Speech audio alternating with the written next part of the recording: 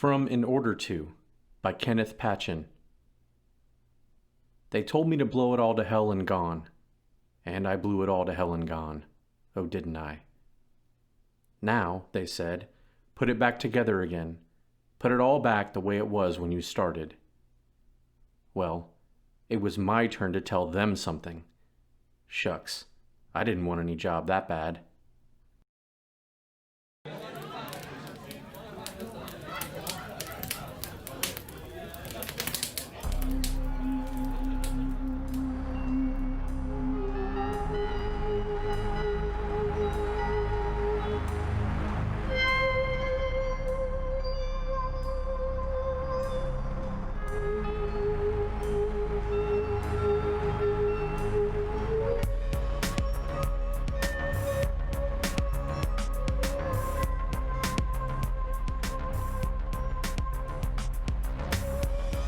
Fire Pit Creative Group presents Aftermath, Episode 22, The Bridge, Part 1.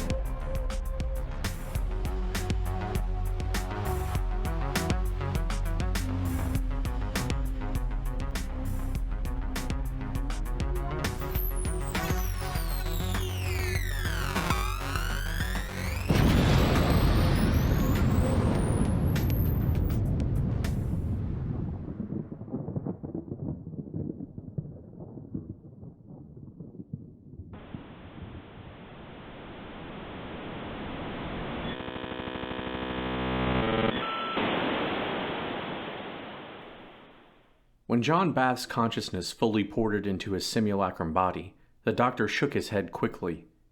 He looked up to see Major McGillicuddy standing a few feet away.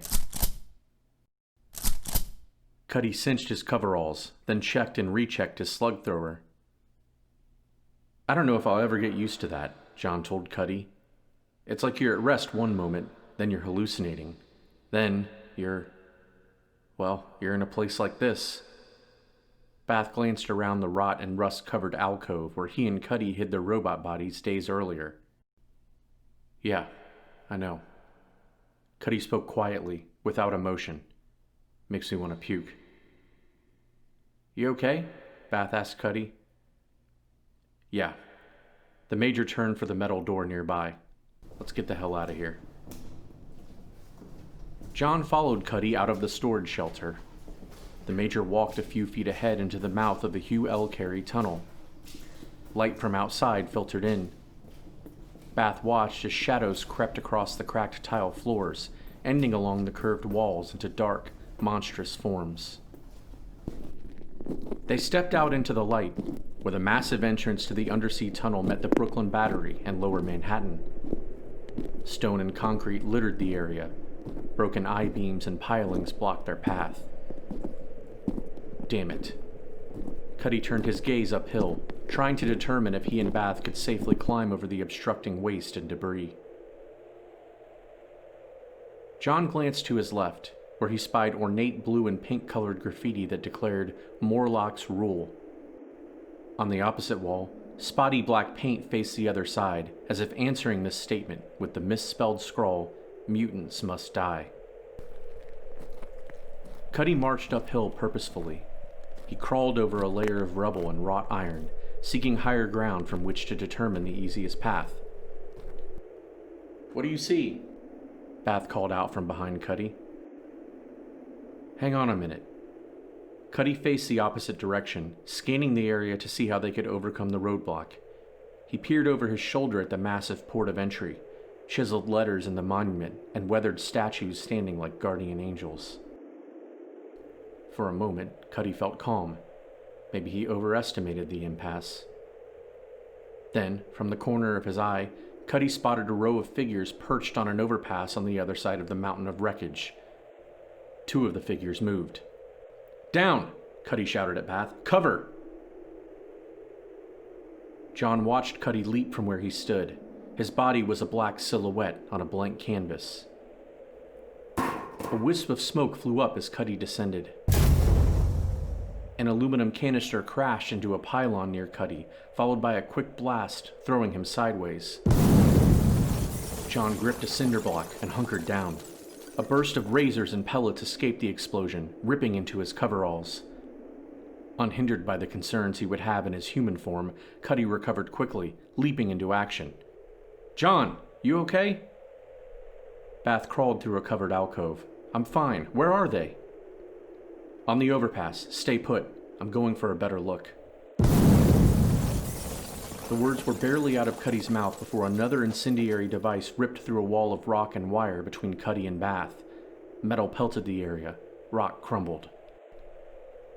Cuddy moved swiftly, faster than he could in his own body, leaping from cracked mounds of cinder block onto mangled metal beams. John watched as his partner vaulted over him, moving diagonally until he was out of sight, several meters away. "Cuddy?" Bath heard no reply. Another bomb landed in a pile of rubbish between John and the entrance to the tunnel.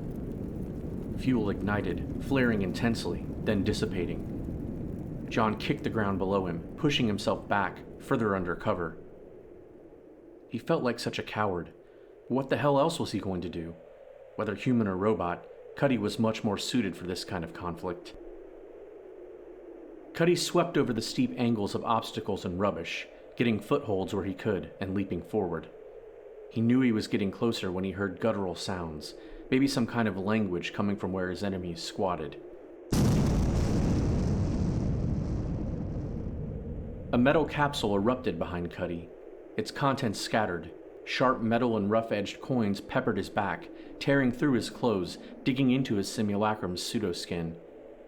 He lurched forward, remembering the knife-wielding rockheads on Liberty Island and the torch-bearing mutants who attacked him, General Castro, and Bath on the ferry.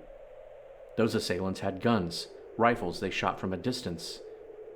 Why didn't these attackers have the same weapons? Were they not connected to the same band of destructive forces? While Cuddy climbed and sank through the demolished field, Bath huddled low, crawling under misshapen beams, over cracked tar pavement. He kept his back to the overpass while avoiding areas where the bombs hit. From a covered spot, Cuddy clutched the slug thrower to his chest. He watched the quartet on the overpass divide to cover more area. They were clearly mutants. At least one had a thick, pointed tail protruding from his back. Another was covered in a yolk and slate-colored armor, an amphibian kind of shell. These two gathered at the center of the footbridge, a container of supplies between them. The mutant with the tail prepared the incendiary devices and distributed them to the others, who scrambled to the ends of the bridge. Cuddy dropped into a crack between two walls of concrete. Stealthily, he crept forward until he was directly under the bridge. There, he heard one of the mutants grunt something about cans. The mutant hurled another explosive. The device detonated behind Cuddy. When the mutant rushed to the center of the bridge to resupply himself, Cuddy pushed his fist through the cracked wall of concrete overhead. He kicked off a pylon, launching his simulacrum upwards. He grasped a flat, metal rail under the bridge. Safely shielded by the wreckage, John hugged his satchel of books and canned goods close to him. He watched Cuddy dangle from the bridge, moving from slat to slat until he was under two of the mutants at the center. "Come on, Major." Bath quietly rooted for his partner. Before the mutants could replenish themselves with bombs, Cuddy kicked his legs, swinging upwards in a feat of acrobatics improbable for any regular human. The Major crashed into the side of the railing across from the mutants, clearly surprising them. "Get!" the shell-skinned, marble-mouthed leader uttered. "Gob and claim 'em! Cans! Cans!" The nearest mutant staggered forward, stepped back, and whipped his rock-hard tail at Cuddy.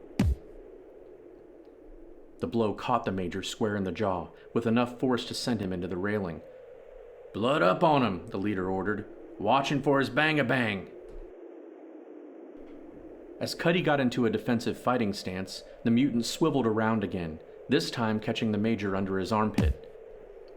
The stroke wasn't as powerful as the first, but still knocked Cuddy down and out of sight for Dr. Bath, who watched at a distance. "No," the mutant sneered, spit flecking his scaly mouth. "Get up and lose." "Okay." Cuddy got to his feet. He saw the fourth mutant struggling towards the center of the bridge. Cuddy swerved, gripped the slug thrower between him and his assailant. Have it your way. He pulled the trigger, blasting the tailed mutant.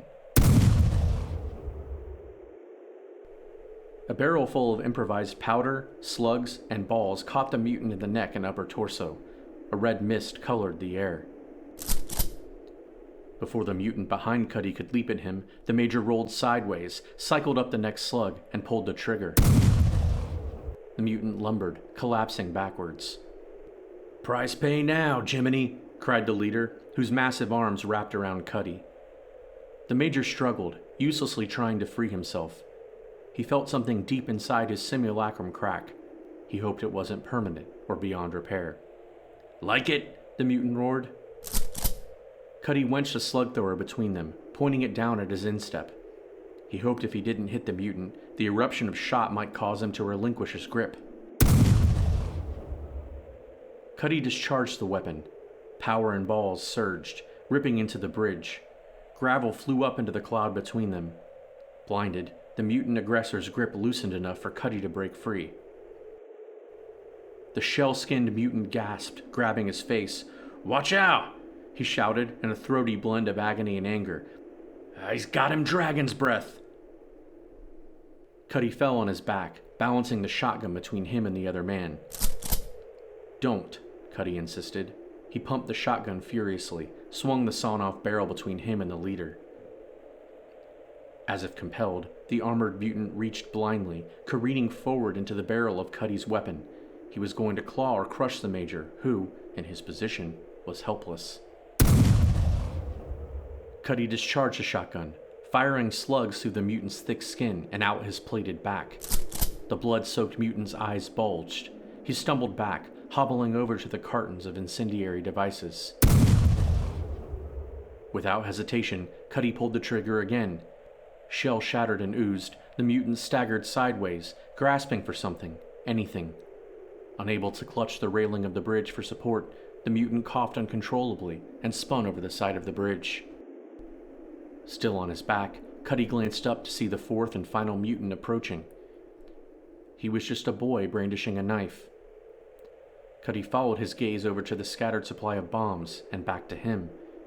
Their eyes locked for a brief moment that felt like an eternity. Cuddy felt no pain, but knew his simulacrum was damaged. For some reason, General Castro's words echoed in his mind. Cuddy had asked the general what they should do if they encountered resistance. "Avoid it," Castro ordered. Cuddy looked at the surviving mutant. The creature's hairless, sweat-soaked face went blank, then terrified. "Go," Cuddy said, hoping the mutant understood him. "You hear me? Get the hell out of here. Go on." The knife in the boy's hand dropped between them on the paved bridge. He turned slowly, then tore away, disappearing on the other side of the bridge. Laying there, Cuddy surveyed the scene. The mutant behind the Major was dead. The one with the tail lay nearby, clutching his neck with one hand, his chest with the other. His tail writhed slowly. If Cuddy had ammunition to spare, he would have put the pathetic thing out of its misery. But he didn't have that luxury. The Major's gaze shifted from the mutant to his own legs. His coveralls were shredded around his ankles. Bits of pigmented pseudoskin were scattered nearby. A thin spot of lime-colored liquid pooled under Cuddy's foot. "Bath, get up here."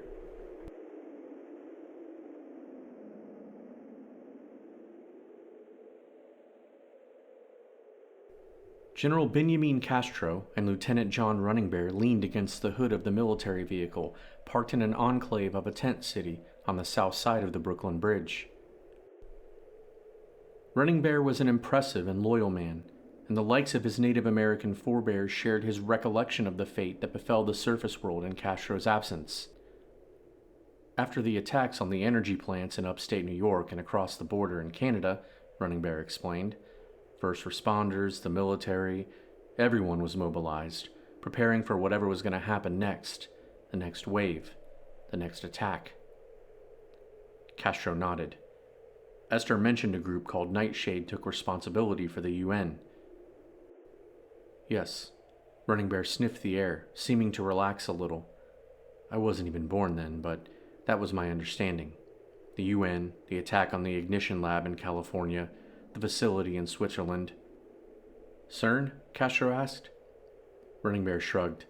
Like I said, before my time. But those events put things in motion. The economy tanked. People lost hope, turned against each other, went into hiding. Esther said something about the president going into hiding, Castro said. Yes, Running Bear replied. A succession of leaders rose up to command the country. The vice president, the speaker of the House, the secretary of state, the secretary of defense. They all wanted control. People didn't know who was in command, who to rally behind. Politicians, Castro grinned with irony. Running Bear groaned. Political factions formed at the national and state levels.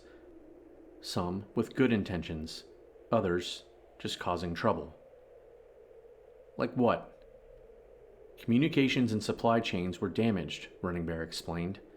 For every piece of infrastructure that was repaired, designed to help people, some anarchist, some terrorist was there, trying to tear it down. Castro thought about his first meeting with Professor John Bath. Standing in the Phoenix Project's cold laboratory, Project Administrator Danielle Devenu described the linguist as a self-styled anarchist with ties to the dissidents in the project. In the time he trained with and led Bath, Castro had come to believe this wasn't true. Bath was arrogant but smart. He had a bit of a worm in him that wriggled, wanting to turn against his masters, but his motives were true, his intentions honorable. There were mass migrations throughout the country, Lieutenant Running Bear continued. Some were fleeing the impacts of radiation, others the mobs and violence, trying to find somewhere to belong. With the national leadership and states on opposing sides, it was near impossible to get anything done, let alone mobilize aid or carry out elections. Castro looked at the side of the younger man's face. But still, he said, when you were old enough, you decided to join the military. Running Bear turned, facing Castro. Stupid, huh? Castro shrugged. No. I would expect more people would be inclined to defend, to... Benjamin didn't finish. Something about the way Running Bear pursed his lips, turned away, suggested he found the general's words empty or unearned. Anyway, Running Bear explained, that was the world I was born into. Where are you from? Castro asked. Indiana. I come from a family with a proud military tradition. I was in the last U.S. Army class before the states took complete control of the Guardsmen. The National Guard? Castro asked. Running Bear nodded. Instead of sticking around Alabama where I trained, or going back to Indiana, I was dispatched to an underground facility in upstate New York. Underground? Built into the mountain, Running Bear replied. That's why I was a little taken aback when you mentioned this, the Phoenix Project, Castro interrupted. Yeah. Well, anyway, everyone thought there were going to be more attacks on New York, Washington, D.C. Hard targets, Castro said. Yes. They were most afraid of biological attacks on the centers of government. I was sent to the Lazarus facility under High Peaks. I've never heard of it, Castro said. I'm not surprised, Running Bear replied. It was deep in the mountains, a secure installation to protect the family members of the politicians, military commanders. Everyone working to... Running Bear seemed to search for the right word, then grinned playfully. To reboot the country. What did you do there? Castro sensed Running Bear's reluctance, but could tell discussing his past was therapeutic for the lieutenant. I played a lot of pool, a lot of foosball. And what about your friend there? Castro referred to the lieutenant's odd, Japanese traveling companion. Benjamin cocked his head towards the tent city. Iku, you met him there? Running Bear shook his head. Nah, I met Iku a few months ago, when I came down near Syracuse. Castro gestured for the lieutenant to continue his story. I was there to protect those people, make sure no one got in and no one got out. But mostly, Running Bear hesitated, exhaling through his nostrils. I settled disputes, kept the peace. Other than that, I watched people get sick, go crazy, or die. It wasn't what you would call an ideal deployment. Castro shook his head. He couldn't help but think about Cuddy's experiences in the Phoenix Law Division. He wondered if Phoenix and Lazarus were constructed with similar goals. What did they have in common? And how were they different?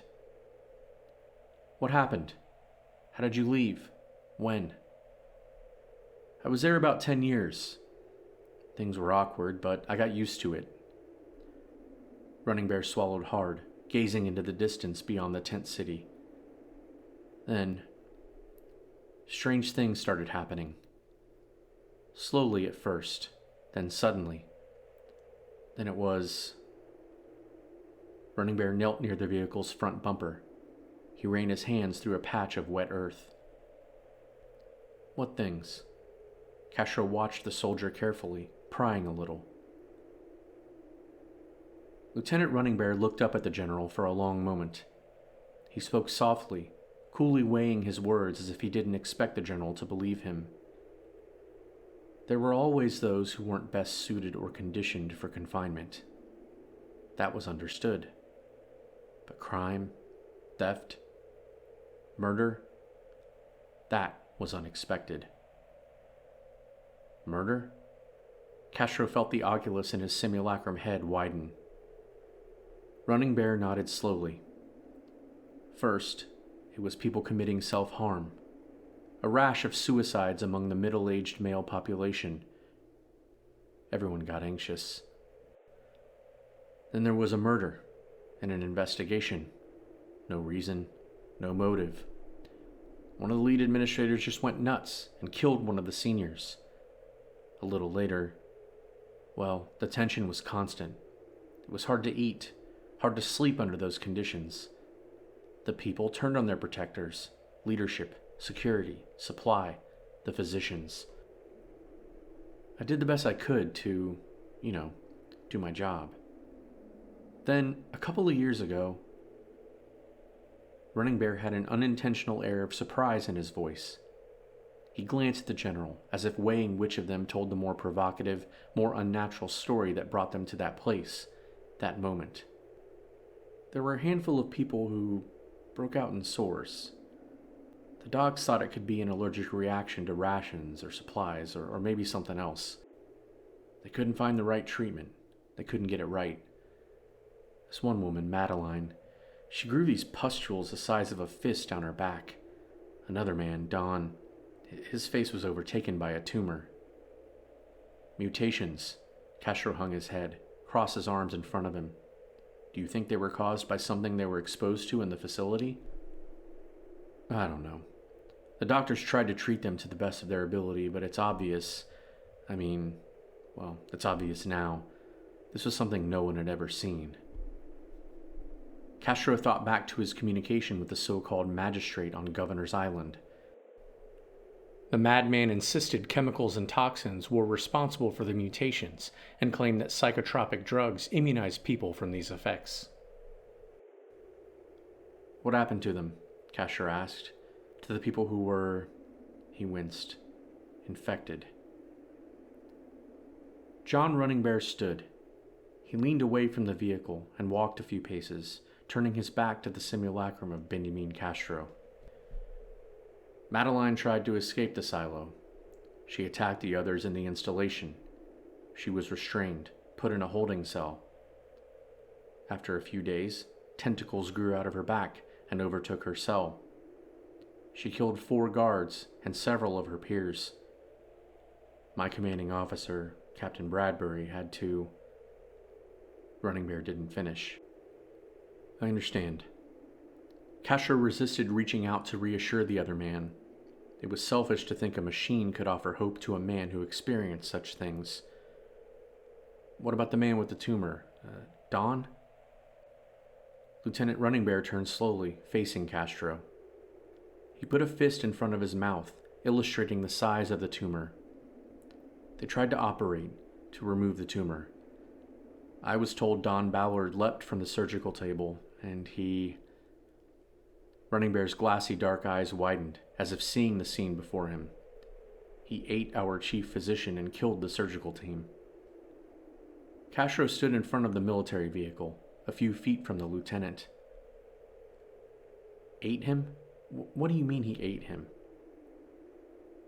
Running Bear breathed quickly. He had mutated into something else. His face, his neck, it had all become one large mouth with appendages that just...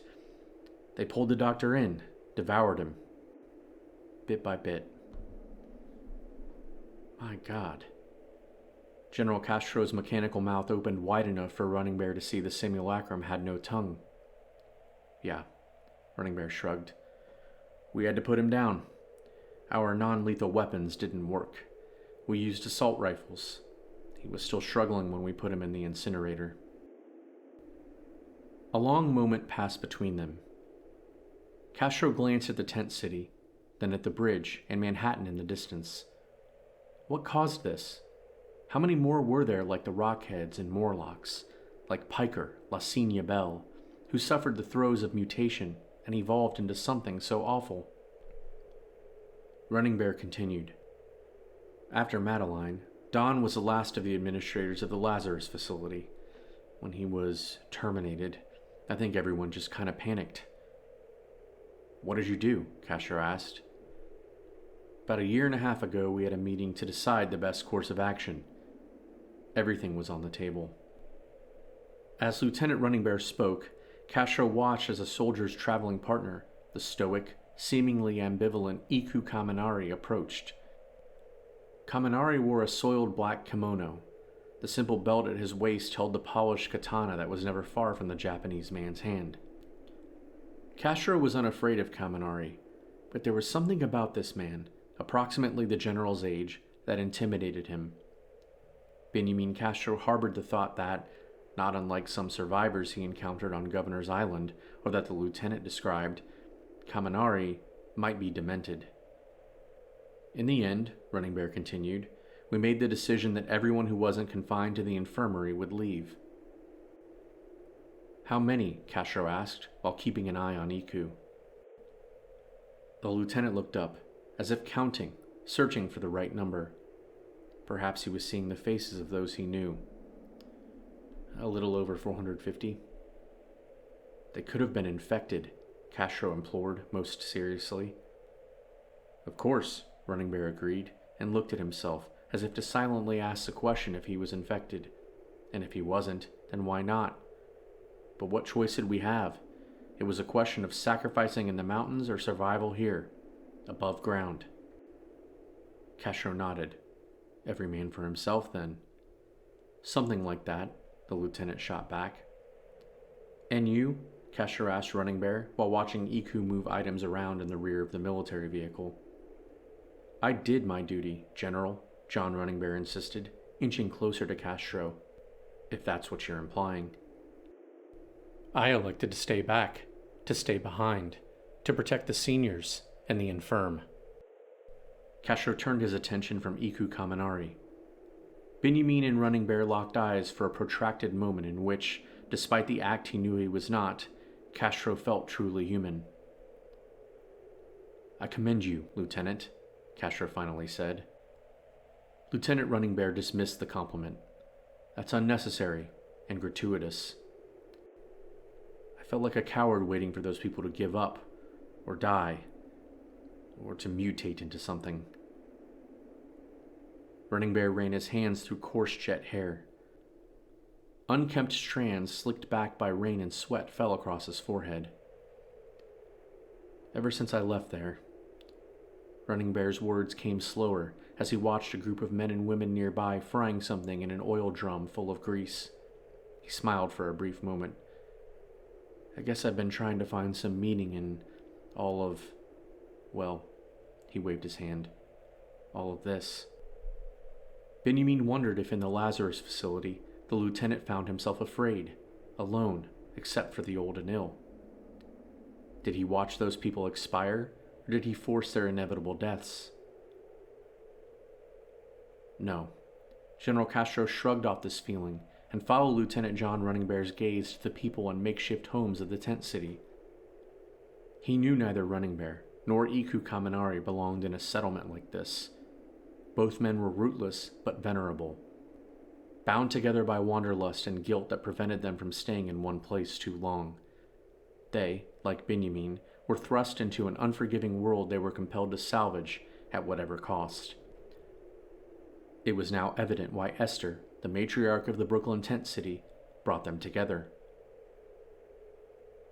General Castro aimed a thumb at Iku Kaminari and the rear of the vehicle. Okay then, what about him? Lieutenant Running Bear clapped Castro on the shoulder. That's another story. He walked past him. Come on, General. Let's get you some armor and a more suitable sidearm than that machete you've been hiding.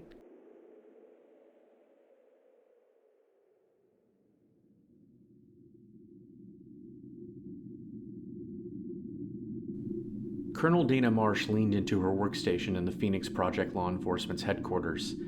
It was midday. She felt unusually out of sorts, stiff. The division was quiet, probably due to the increased number of visible and covert patrols. Marsh read through the weekly summary report, then the previous day's detailed description of activities. Sifting through citizen reports of ordinance violations, complaints about property or other disputes was rarely exciting, but today, Marsh found it especially difficult to focus, to give attention to the petty concerns of civilians reporting each other for minor violations. The colonel turned to the incident and arrest reports, descriptions of investigations that Major McGillicuddy usually culled for her. Cuddy briefed the colonel on those cases that required her attention. He handled the rest himself. Since the major's absence the last few weeks, Marsh received the reports personally and dictated and dispensed orders to her commanders and patrols throughout the division. Marsh plodded through the raw material a third, fourth time, each time finding some detail she missed before. Where was Cuddy when she needed him to make sense of all of this? Relations between citizens, law enforcement, the suspected dissidents, and the Phoenix Council had never been more tense. Sure, the Council stepped up its efforts to provide more frequent information to the citizens, but this gesture didn't improve the value or the veracity of those reports. And there was little information shared about the diminishing efficiency of ventilation, air conditioning, potable water, and the variety of available food sources. Colonel Marsh leaned her face against her fist. The investigative report at the corner of her paper and digital tablet-covered desk caught her attention. Over the past few days, she kept pushing Cuddy's internal complaint about Lieutenant Baker and Corporal Reed to the edge of the desk. She didn't want to read it, respond to it, or make it public.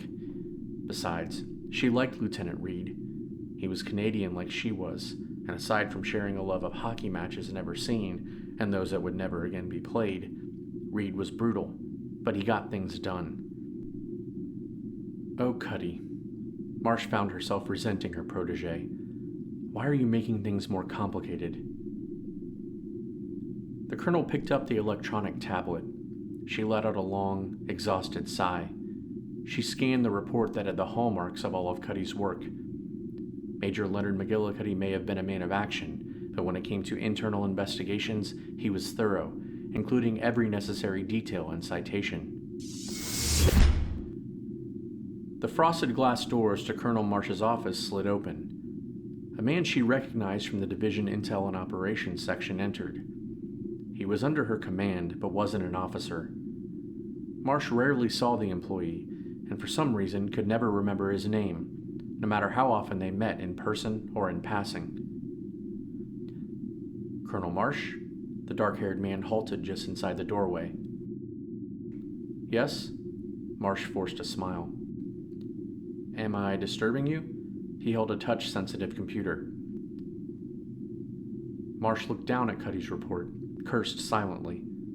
No. She looked up at the man, grateful for the diversion. Please come in, Mr. Princip. The intel specialist walked to the colonel's desk assuredly. Gabriel, please. Colonel Marsh snapped her fingers. I'm sorry, I knew that. What can I do for you, Gabriel? The man flashed a handsome, almost leering smile full of polished white teeth. Just routine warrants and surveillance docs that need your approval, ma'am. Gabriel handed the electronic device to her. Marsh scanned the documents, glancing over data gleaned by the hundreds of cameras and micro-listening devices littered throughout the Phoenix Project. She hovered over a series of outputs from the droids that aided with patrols. It's all routine, Gabriel stressed. Marsh advanced the display a few pages to see the warrants requiring her permission. You like your work, Princip? Marsh looked up from the computer. It keeps me busy, Gabriel replied, piercing blue eyes holding Marsh's for a long moment. I'm sure. The colonel keyed her approval codes into the handheld device. Gabriel cleared his throat audibly. There's also a request for access to the seniors' living facility, Princip pointed. The colonel read the orange print on the blacked-out LED background. Something about the screen's resolution exacerbated the headache forming at her right temple. Access to the senior center? What for? Gabriel shrugged. It's not my place to ask, Colonel. I'm sure it's a routine inquiry. If you'd like, I can... No, that's fine. Marsh punched in her code and fingerprints of her 4 digits to verify authorization. Thank you, Princip. Colonel Marsh handed the computer back to the other man. Gabriel, he reminded her, taking the device. Marsh nodded dismissively, convinced she would remember his name next time she saw him. Thank you, Gabriel. Colonel Marsh watched Princip leave, then sank back into her chair. The pain in her temples had come on suddenly, spreading across her brow and to her jaw, down her neck. She looked at Cuddy's complaint report one more time. Damn it, Cuddy.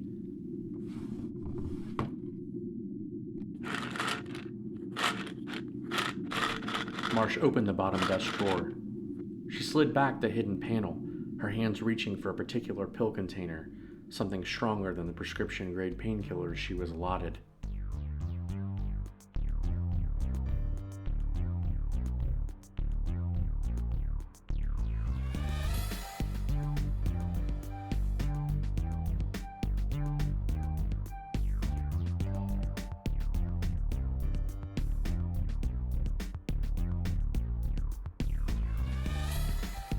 Aftermath, a Fire Pit Creative Group production, based on a story created by Rhett Davis, with characters created by Rhett Davis, Warren Davis, Willem DeGrief, and Cole Hoopengarner. Written by Warren Davis, with Cole Hoopengarner. Narrated and produced by Cole Hoopengarner. Music by Warren Davis, and video production by Willem DeGrief. John Running Bear is based on a character created by Fire Pit Creative Group's close friend, Sam Ashu. The sound effects used in the production of Aftermath are used with permission by the creators, and links to these sound effects can be found in the description section of each episode. Aftermath and its story and characters are copyright 2020 by Fire Pit Creative Group.